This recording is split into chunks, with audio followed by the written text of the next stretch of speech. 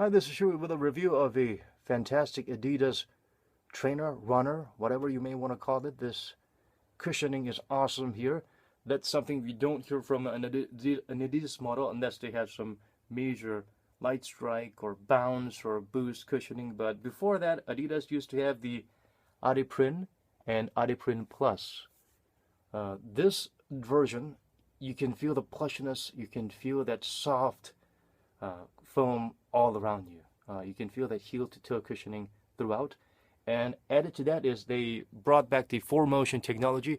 It's sort of like a soft, plasticky, rubbery gunk that's attached to certain particular areas so that when you are landing or pressing on it hard, the cushioning, the shock absorption, it's not about just absorbing it. It actually uses the foam cushioning, which is the Adiprene foam on the top at the bottom, sandwiched in between. When the cushioning is compressed, it moves a little bit to the side, so it adds another dimension to the shock absorption or the energy return. So it's called 4Motion because it can help you propel forward. So it's there at the heel. There was a Tracy McGrady Adidas basketball model which had the 4Motion technology embedded on the forefoot, on the pivot points, 3 of them I think. It's good, but the problem with that was the durability was an issue because the 4Motion just slowly moved out of its place and got destroyed after a couple of wears. Not just a couple of wears, but after playing them in some hard games. For me, the response cushioning or the response model have been awesome. More recently, I've had the response boost. I call these the best boost runners ever.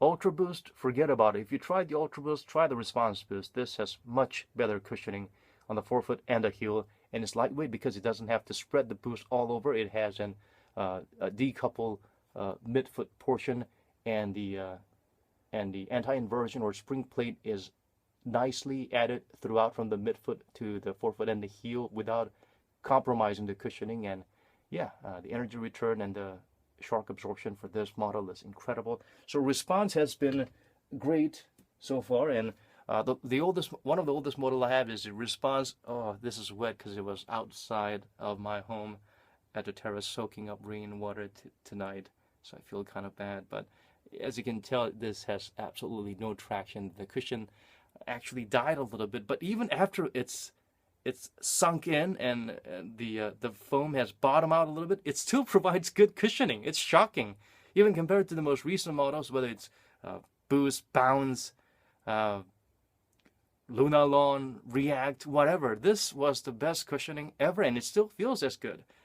It's similar to the one that I just shown you, the Boost, or rather the Response Control 7.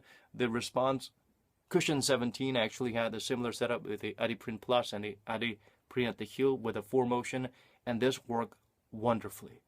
The shock absorption, the energy return, everything was good. The traction, of course, is none available right now. That's how long and how hard I wore the shoes. I've actually had some of my best pickup games in these. I think I nailed like 8 3-pointers in a row in one of those pickup games, and they probably thought I've got some skills which I don't have much of. It was just partly because of the shoe. It literally, I mean, the ad says it's got to be the shoe, and sometimes it is the shoe. It really energizes you, and it gives you that confidence with each step. So this is a nice little revisit to that shining, glorious moment in my life.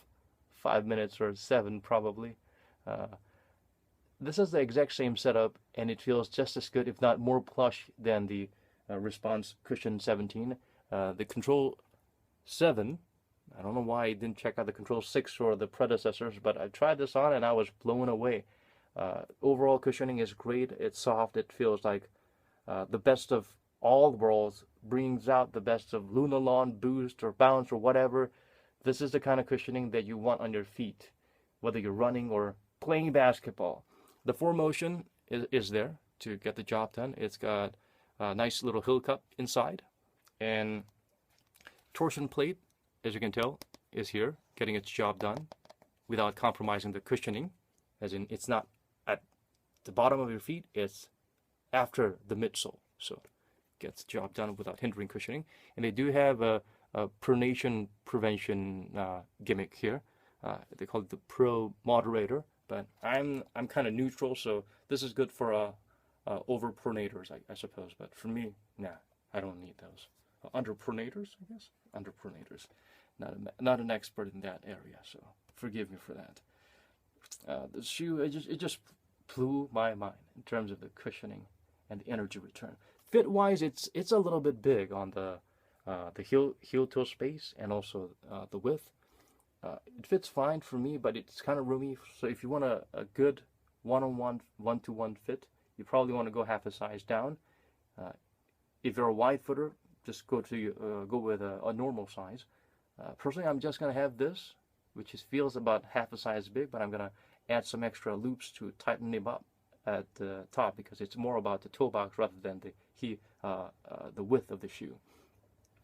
The insole is pretty average, thick, kind of thick. It's still EVA, so this will bottom out. So I thought maybe it's all in the insole, but I removed the insole, then I tried the shoe, and it feels so good, so soft, and you actually feel the energy return with each step. There are any irritating bits or pieces that dig into your skin around your ankles. The padding is not crazy thick, but they're just nice. As you can tell, even the tongue has perforations, huge holes to make it breathable, so not recommended to be wearing outside when it's sub-zero, freezing cold, or raining. The outsole pattern, it's kind of like blow molded rubber that tries to give a little bit of a zigzag shape so that it can provide a little bit of a different degree of multi-directional traction. But of course, I would recommend against using this exclusively or extensively for sporting activities that require aggressive side-to-side movements. Personally, I'm still going to play ball in them, but probably in some outdoor courts or really clean courts. But if there's dusty, I probably might want to avoid it because, yeah, the traction is not going to be foolproof against dusty courts. Yeah, as you can tell, there's blade traction all around, so it's not like it's just an empty chunk of rubber like some running shoes provide. So it's good. The traction is quite adequate. They do provide the, as I mentioned, the torsion plate, torsion system to provide the, the shoe from warping or your feet from getting some sprains or landing or moving funny. Can't say anything bad about this shoe. And the pricing, it cost about, in Korea, online there's going on sale for like $40 or something like that. So it's a steal. These are good, solid, awesome runners, or if you play whatever sporting activities you do.